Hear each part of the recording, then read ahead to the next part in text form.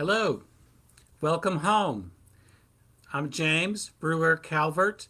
My pronouns are he, his, and him, and I'm delighted to welcome you to 601 Wednesday. This is our midweek live check in. I hope that you're doing well, and this is an honor and a joy to be with you tonight. Welcome home. Feel free to sign in to let us know that you are present. If you've got any comments, be kind and let us know what they are. We're going to be talking about Sabbath in general and a sabbatical in particular.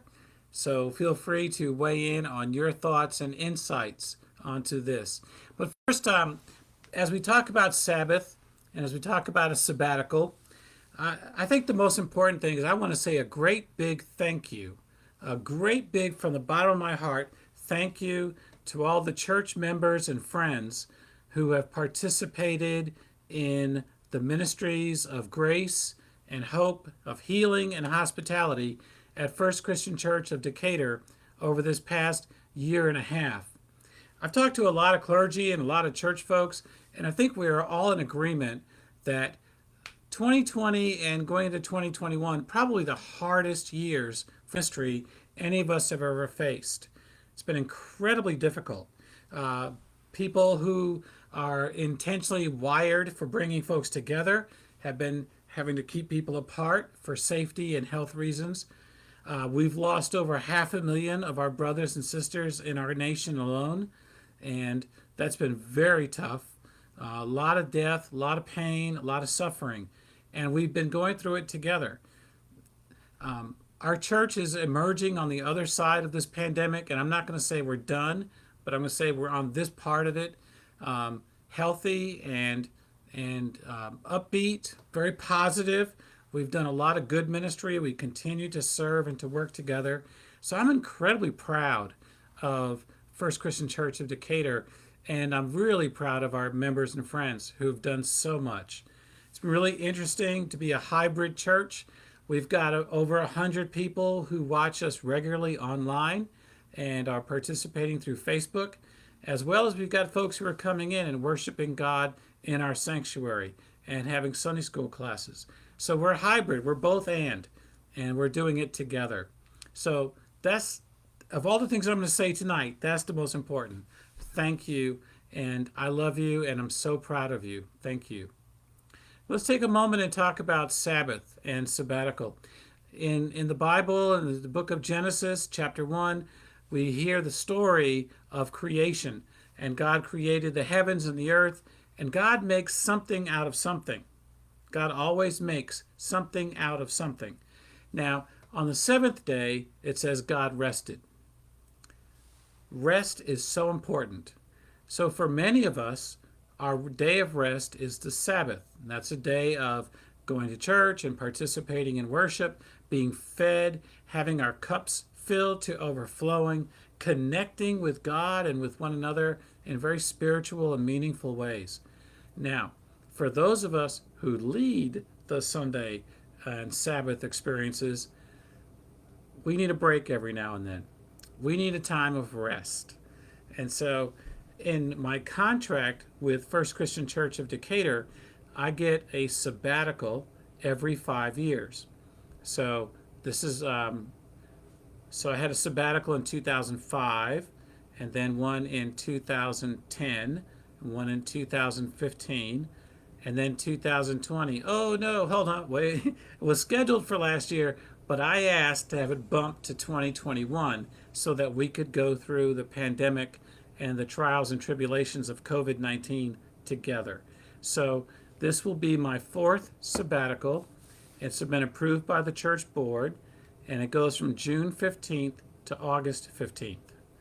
I'm incredibly grateful for Kaylee Hargrove and Wendy Weich, Paul Turner, Barbara Sims King, Jennifer Hassler, and our elders, and all those who are participating in keeping the church going and doing the preaching and the teaching and engaging in the ministries of grace that we do. So thank you, one and all, for your leadership this summer. I'm going to say a couple words about the importance of a sabbatical. And I have to start with sports because you know I love sports. Um, in 1981 and 1984 and 1989, the San Francisco 49ers won Super Bowls. And their coach was Bill Walsh. And he was very famous for inventing what's called the West Coast offense. Had Joe Montana just whipping those little passes back and forth, and then later Steve Young, and just did a tremendous job of leading his team to the Super Bowls. After 1989 Super Bowl win, he quit. Bill Walsh quit coaching, and just he wasn't that old, and he had years left in life, and he said he was tired. He said he was worn out. Today we might say burnt out. And I remember back in 1989 hearing him talk about that and how he just needed to stop and quit and move on. And I thought to myself, you don't need to quit. You need a sabbatical. Now he has passed on since, so I never got a chance to talk with him about it, but that was my assessment at the time, and it still is. A lot of times folks quit or leave or change jobs or change churches or change what they're doing when really what they just need is a break. There's been folks in our congregation who have served for many years, and they said, I'm really tired. And I said, why don't you just take a break? Take a year off. Our elders serve for 3-year terms, and then they get a break. Our deacons serve for 3-year terms, then they get a break. Same with leadership roles in the congregation as well as in the community. Pastors need a break. One of my pet peeves is watching ministers who change churches after 5 or 6 or 7 years because they're burnt out and they want to go someplace else and get a fresh start. And I'm thinking, I'm not so sure you really need to change churches as much as get a sabbatical. Take 2 or 3 months, get some rest, get some R&R, and then return refreshed and energized. What the Church of Jesus Christ needs the most, in my opinion, is energized and enthusiastic leaders.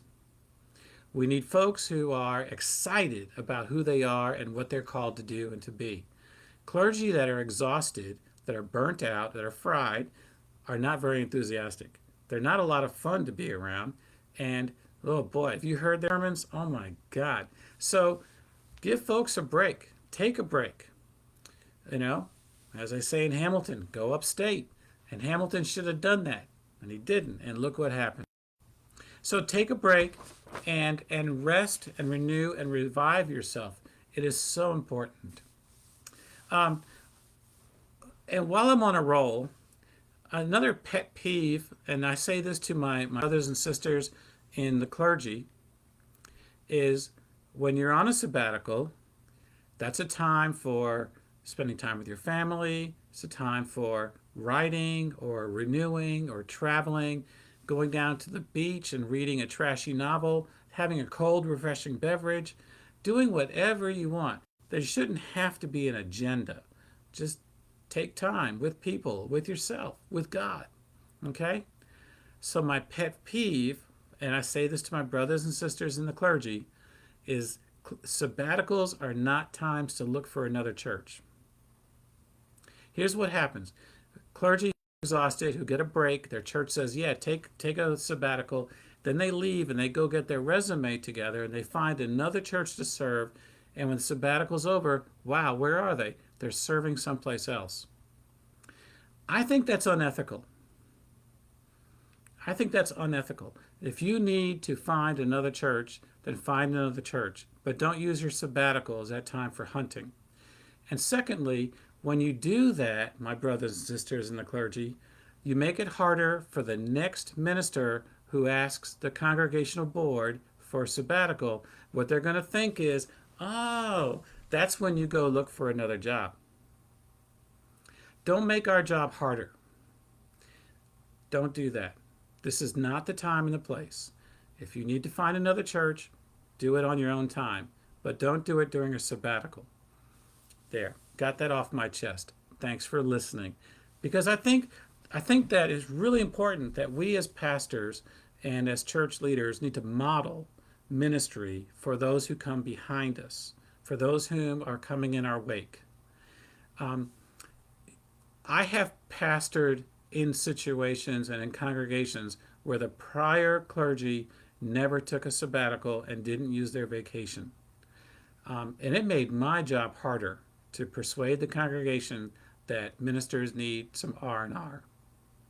I see that all the time. When ministers don't use their vacation, when they don't ask for and require sabbaticals, they make the ministers who come in behind them have to work twice as hard, and it's not fair. It's not good modeling of ministry. God took a break on the seventh day. Clergy need to do so the same. It's one of the reasons in our church policy I don't allow staff to store up vacation for another year.